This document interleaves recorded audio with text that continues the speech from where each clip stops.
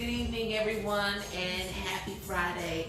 I was actually on my way to beginning a deep clean when I decided to start a random dessert. It kind of hit me. I've been craving something sweet lately. I've been really disciplined on my winter diet, and it's almost impossible sometimes.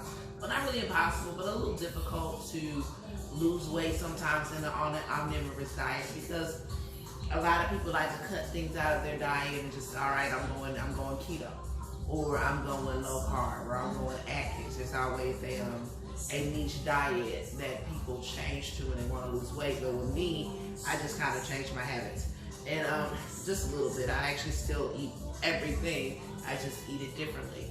And today I want something sweet.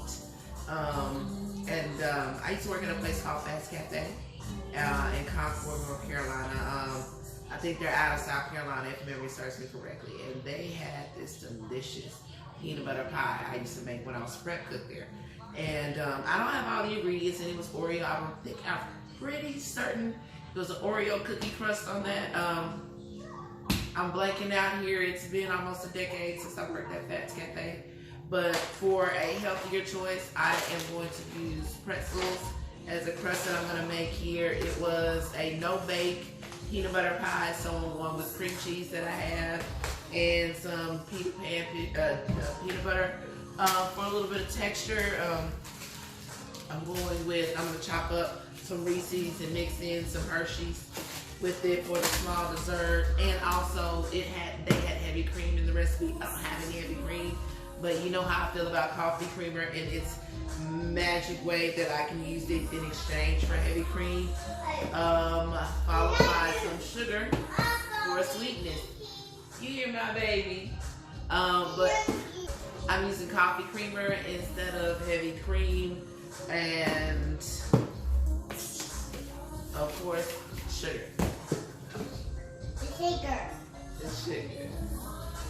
While digging in the cabinet looking for more pretzels, I found Oreos. So I took the liberty of removing the cream filling from the center, and I'm going to grind that up in with the pretzel so that I can go ahead and have that chocolate flavor in the crust. Because right now we are working on what was a pretzel crust is now a Pretzel Oreo crust. Yummy. Alright, what I've got so far is I took and I ground up pretzels with the Oreos, and I've got some melted butter down here. But continuing on, and I'm making the crust, but continuing on what I was talking about, just about eating and trying to maintain a waistline. Well, it depends on how healthy you want to be, how thin you want to be. I like to be a nice full lady. So, full lady's goal isn't like, my goal is never to be a size 10. I think I'd look sick. But somewhere around a nice, I think a healthy size 14 is what I like to stay down at the lowest that I've ever been. So, that way I feel free to indulge, and I feel like everything in moderation, everything in balance. So on that's the way I feel about dieting. And at this point, I work my way back up to a size 20, 22. And I've already switched my diet, changed a few things, stopped drinking beer, went from wine to beer. Well, other way around, from beer to wine, because beer with all that wheat, just like bread and carbs and starches, it's gonna stick here and give you the belly fat, and so it's gonna make you poof out. So another one of those things that I do to unpoof out in the winter is I get rid of the beer. Less breads, and again, potatoes. I've mentioned potatoes, but I had potatoes earlier today, but I don't eliminate things. Again, being omnivorous, I think my diet has helped me a lot from actually dropping from over 300 and blah blah blah pounds. Big girl. If you knew how big I was, you know. So being omnivorous has actually helped me, I think, lose weight, and it works for my body. So, and it actually keeps me from, binging or falling all the way off. It's because I still allow myself to have treats like this. This is actually looking pretty good. Speaking of, this is my note about me being a pastry chef, or like pastry school. Growing up, I really thought that I was gonna be Chef Boyardee. I'm gonna throw this in the oven and let this come together and solidify back up. If you are a pastry chef out there, a regular baker, and you think I'm doing something wrong, well, oh well. I did 2 semesters of baking class and baking 1 in advanced baking. And that book is just as brand new. 5 years post culinary school, and I talk about it all the time, that I am a mediocre baker only because I never opened the textbook. I wing it just like it's Thai food. But let me throw this in the oven. I've got it at 350 just to make it a little more of a solid crust base for our, what is turning into like a Reese's Pieces peanut butter Hershey. I pulled out some chocolate milk and some eggnog. And I'm wrapping my mind around this base, but this is gonna be a nice, interesting, on the fly, no baked dessert, but you still gotta bake the crust. What I have going in here, excuse the volume of my voice, I should grab my Bluetooth, but this is some softened cream cheese. And I'm gonna let it come together and smooth out a little bit before I add the peanut butter. But back on topic, the one thing that I always knew growing up is that I wanted to be a baker. Like, I wanted to be Chef Boyardee. Like, you wasn't gonna tell me that I wasn't gonna be making fancy cakes for a living. No way, no sir, no how was I not going to be able to be cooking fancy wedding cakes. This was before the age of Ace of Cakes and Cake Boss. None of that was on TV. And so, but I knew in my mind that big, fancy, elaborate wedding cakes was a thing. It was the future. And I used to draw as a kid nice, big, tall, elaborate, fancy wedding cakes with swirls and ribbons and flowers. Like, I knew even at a young age that the cakes were going to go stupid, crazy custom. Now, I even applied to culinary school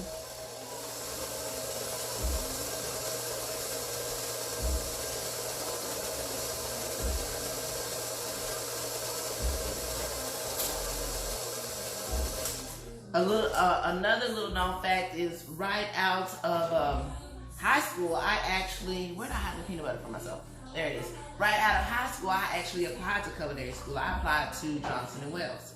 And Johnson & Wales did accept me as a student, but at that time, and now I think that some of these culinary programs are overpriced.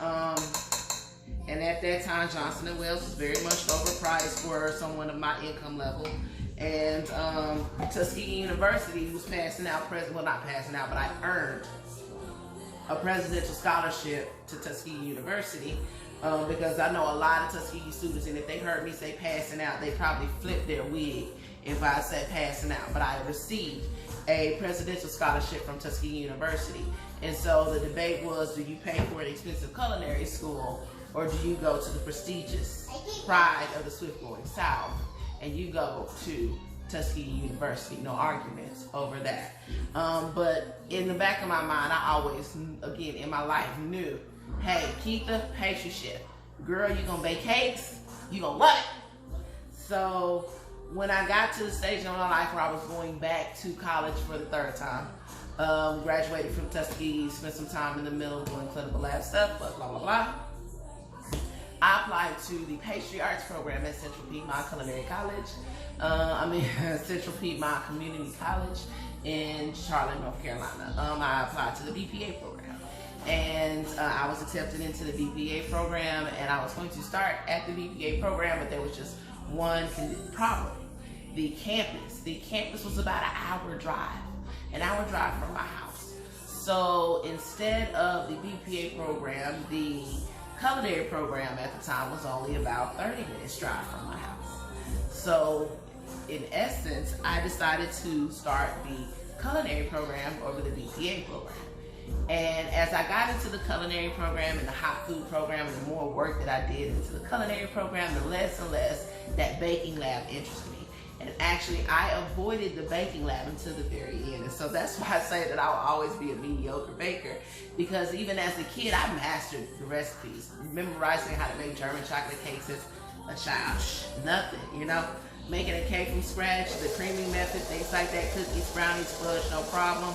It's just that when it got to the time in life when I was actually going to reach for that lifetime goal that I always knew I wanted, I didn't want it anymore. I didn't want to be that pastry chef. Like it was done. It wasn't in me.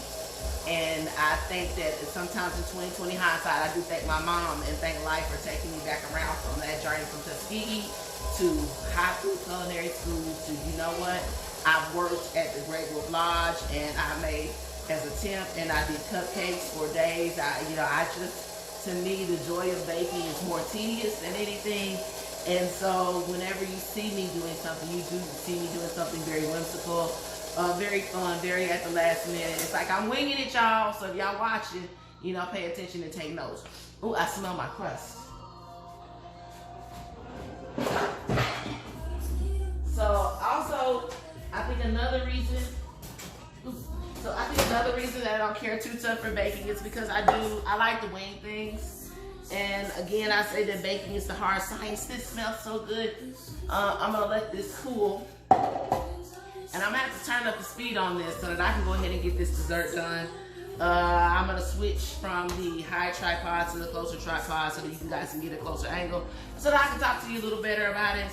But again, I'm winging it, guys. I hope you really are taking notes because I don't remember the recipe. I wish I had some powdered sugar in this so that it won't have a grainy texture because I am going to be using granulated sugar. So this is going to give me, I might avoid it though. I'm trying to avoid using sugar because I've got the eggnog and I've got a sweetened cream. So I may not use the sugar, but I'm going to whip this and taste it. And if you are going to imitate this recipe when you're tasting it and winging it, I would say use powdered sugar just for a softer texture so that you're not tasting the granules. Because I bet this is going to be grainy but delicious.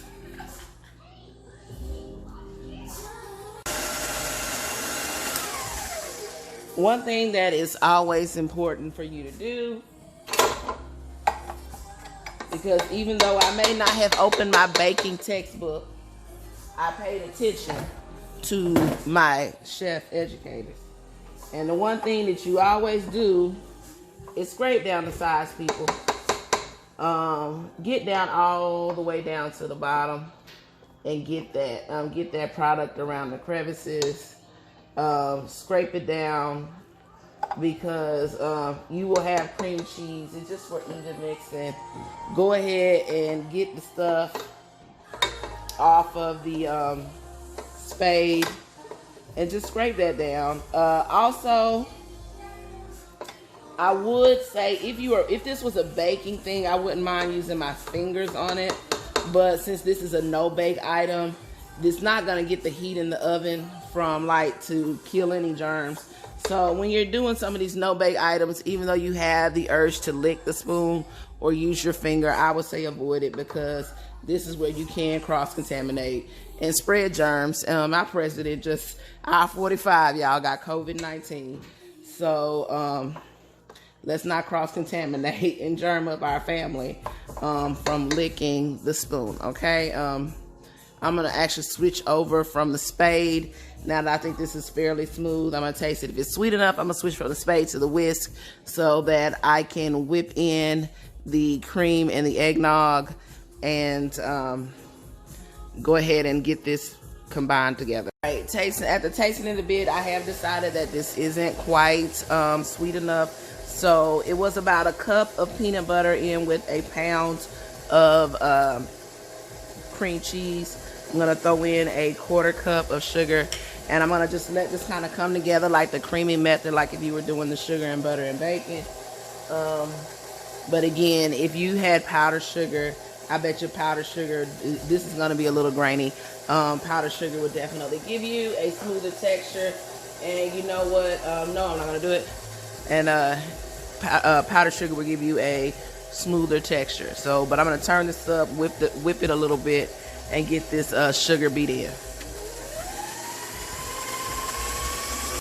All right, so right now it's semi-sweet, where it doesn't have that kind of coarse peanut butter flavor, but still a little delightful. I gave it a nice strong beating again. Like I said, as if I was trying to take it through the creaming method in baking. Those of you who have perfected chocolate chip cookies, you know the creaming method of combining sugar and butter and whipping the life out of it until it's smooth.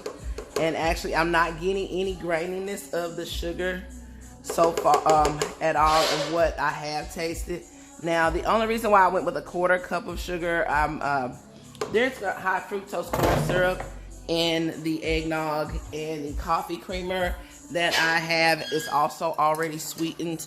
And so what I don't want to do is I don't want to have it too sweet in the dessert.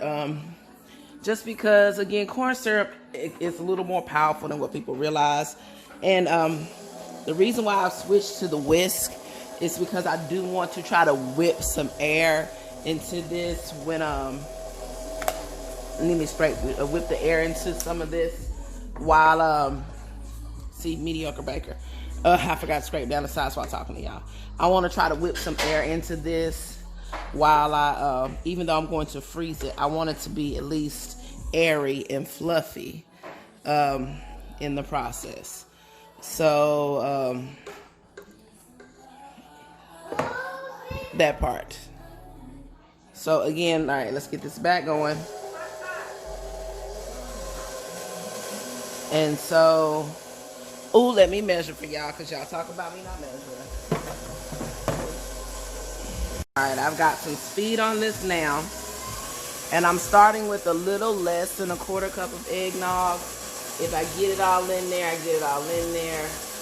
But I want it loose enough to pour, but not runny. Again, this is no bake.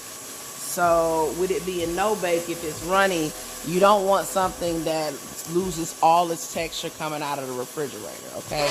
Or coming out of the freezer. You want something that when it's firm when it's cold and it's soft when room temperature. Not running and coming off the plate and sloppy when it's room temperature.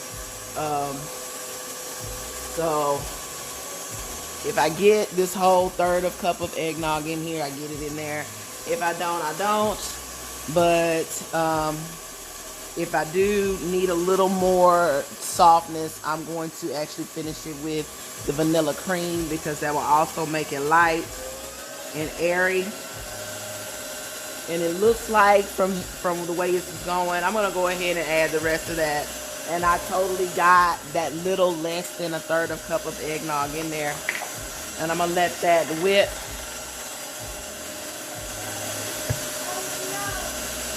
And then this is Coffee Mates. I'm going to call that 1/6 of a cup. So we're going to call this a 1/3 coffee cream eggnog blend. This is French vanilla coffee cream, so that's going to give me the vanilla flavoring that I want in there.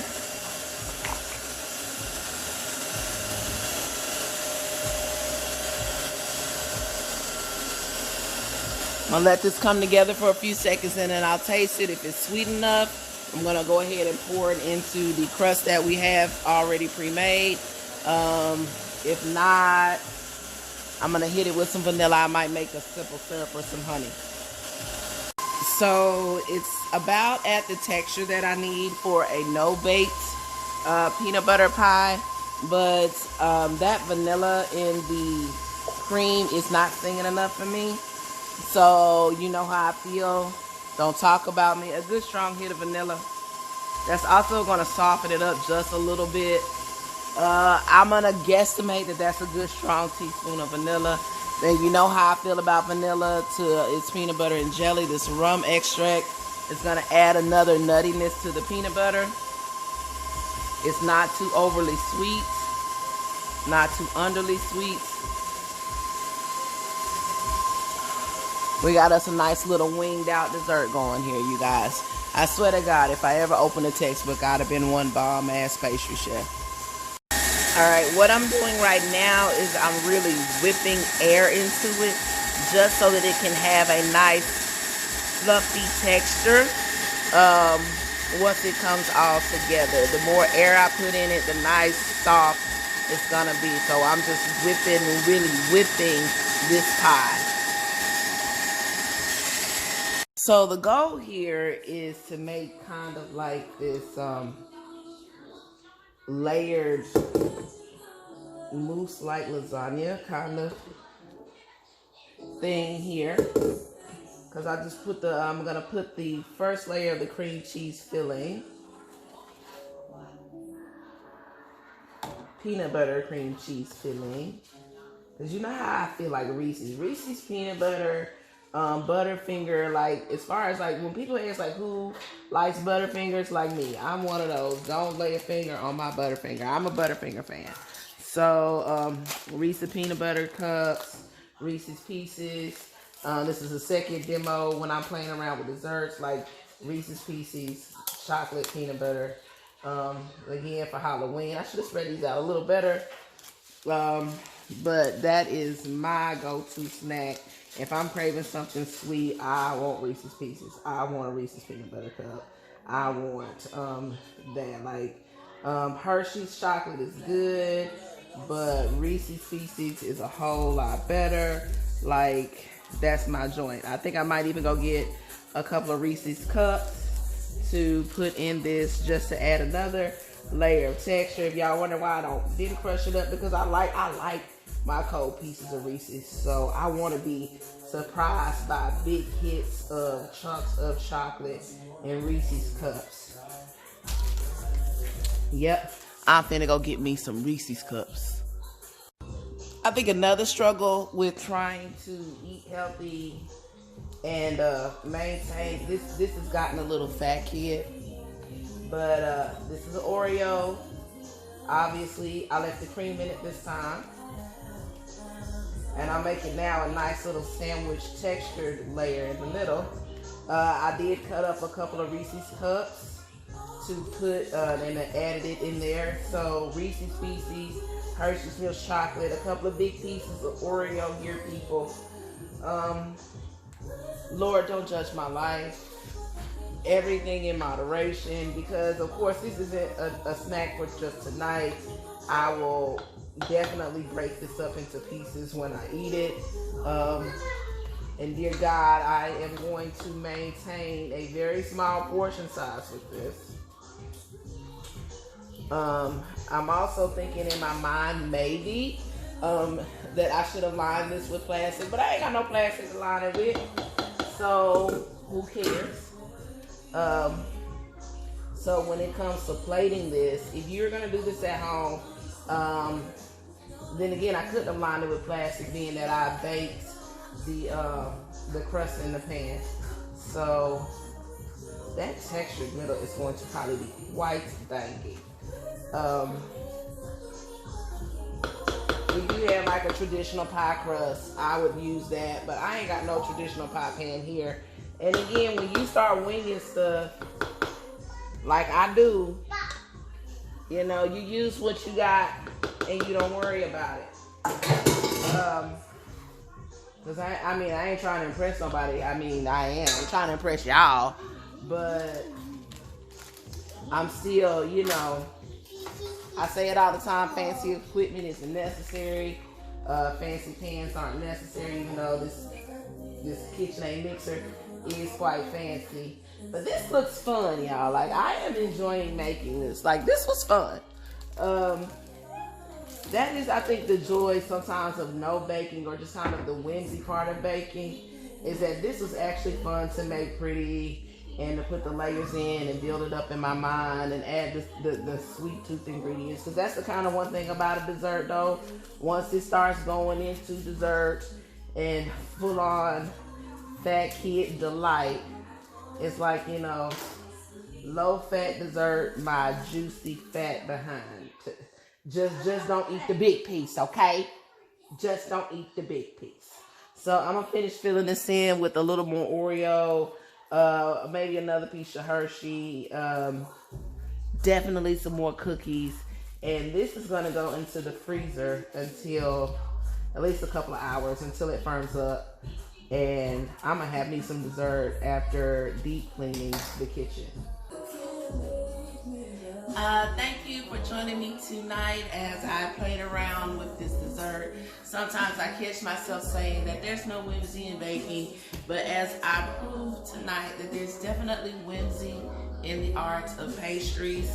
I'm going to get this in the refrigerator. You can either refrigerate this for several hours or throw it in the freezer to keep it a little longer.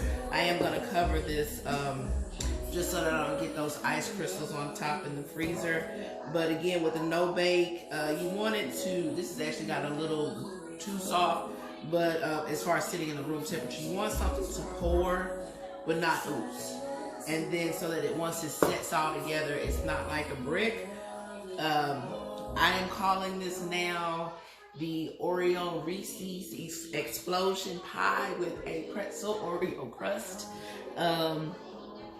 You can totally steal this recipe, you guys.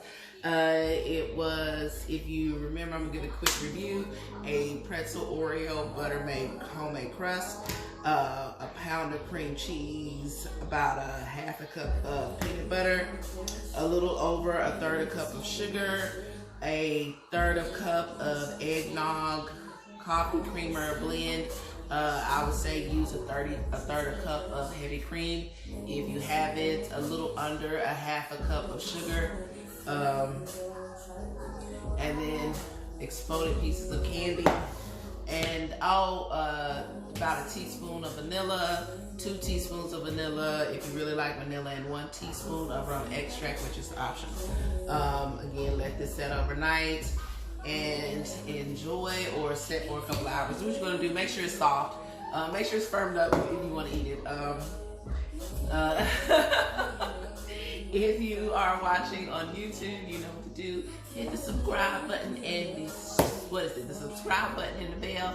If you are watching on Facebook, hit whatever emoji you like. You got a thumbs up, the wow, whatever. But if you mad at it, you mad at fat girl finna eat some dessert, I sure am. So what? 12 pounds down, suck it, people.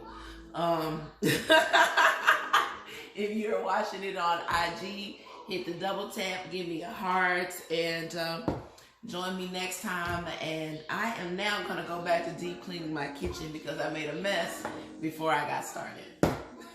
Happy Friday.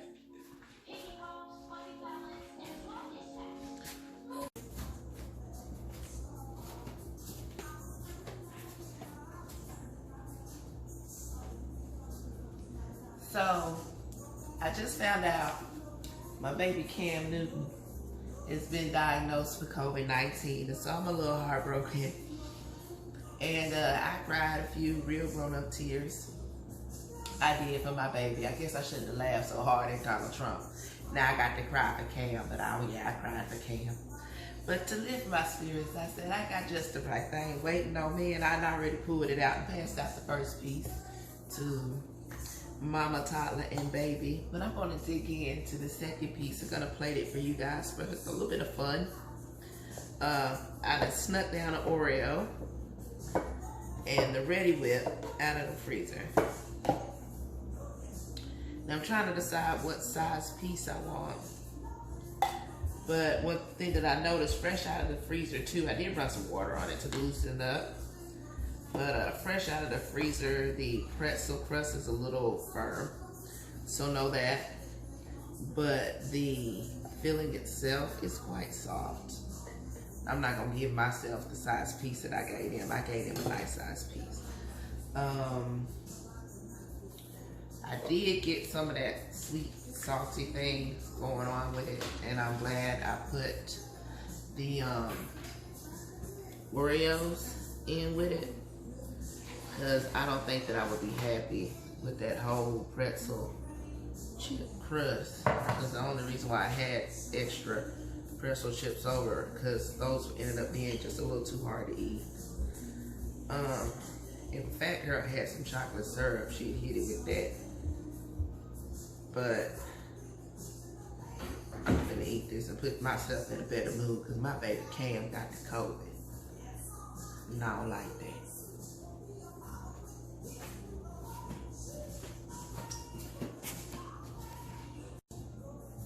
Let me bring it in a little closer.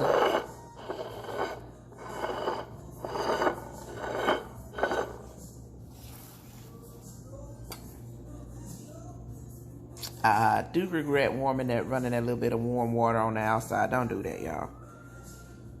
But I'm finna dig into it. Y'all, please take this coronavirus seriously.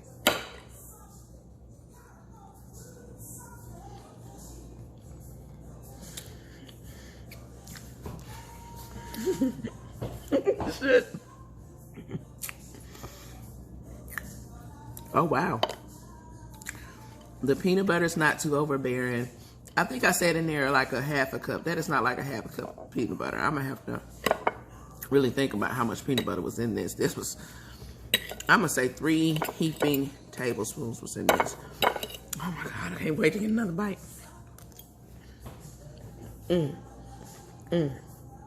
At first I thought from their original bite that the crust was too firm, but now that it's had time to sit a little bit and come to temp, the sweet, salty, the peanut butter, then chunks of candy.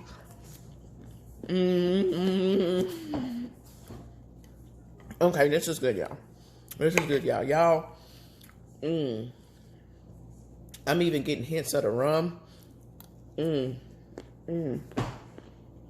my God.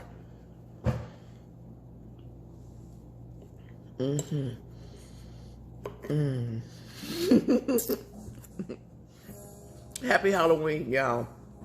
This was perfect for Halloween. Oh my God.